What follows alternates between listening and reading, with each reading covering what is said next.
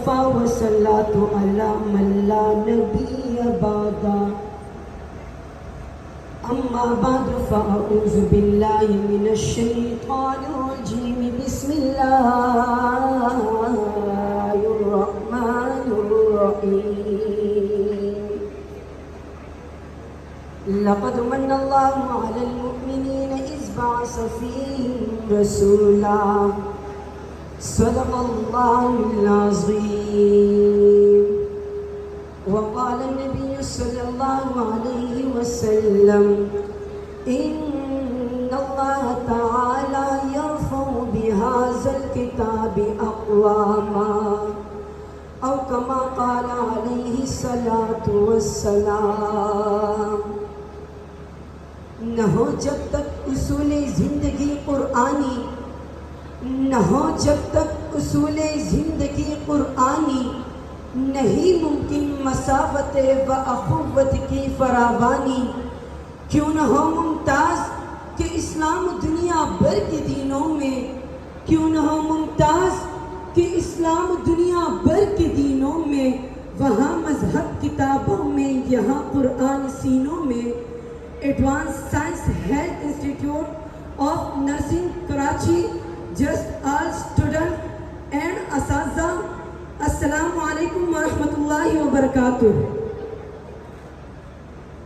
آج میرا تقریر کا عنوان قرآنی کتابی انقلاب پر ہے.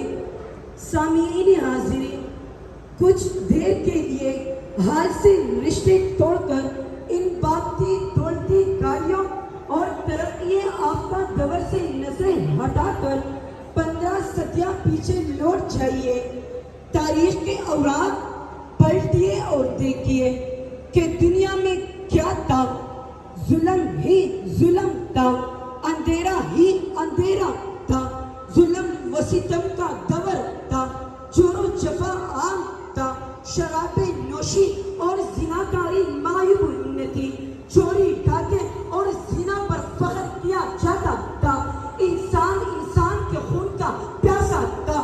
بچوں کو زندہ درگور کیا جاتا تھا.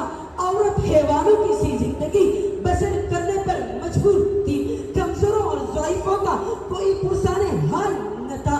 جس کی لاٹھی اس کے بیس کا قانون تھا. قبائلی لڑائیاں سالہ سال تک جاری رہتی تھی. انتقام تر انتقام کا سلسلہ چلتا رہتا تھا. افراتفری تھی، اضطراب تھا، بے چینی تھی، بدی کا راج تھا اور بے حیائی کا غلبہ تھا.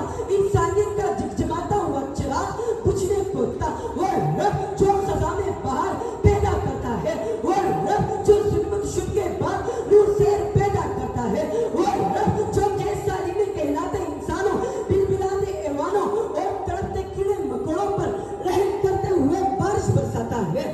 اسی رب کا جو میرا آپ کا اور ہر شے کا رب ہے، اسے اشرف المخلوقات کے ایوانوں سے بدتر عالم پر رحم آ گیا اور اس نے کائنات کے مقدس ترین انسان کو رحمت للعالمین بنا کر بھیج دیا اور اپنے پیغمبر صلی اللہ علیہ وسلم کو قرآن کی صورت میں انسانیت کا دستور دیا، ہدایت کا منشور دیا، راہ زندگی کا نور دیا.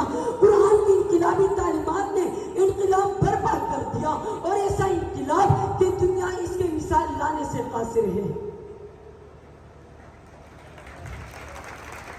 سامعین حاضرین، آج بھی قرآن ہمارے پاس موجود ہے اور اسی طرح موجود ہے جس طرح نازل ہوا.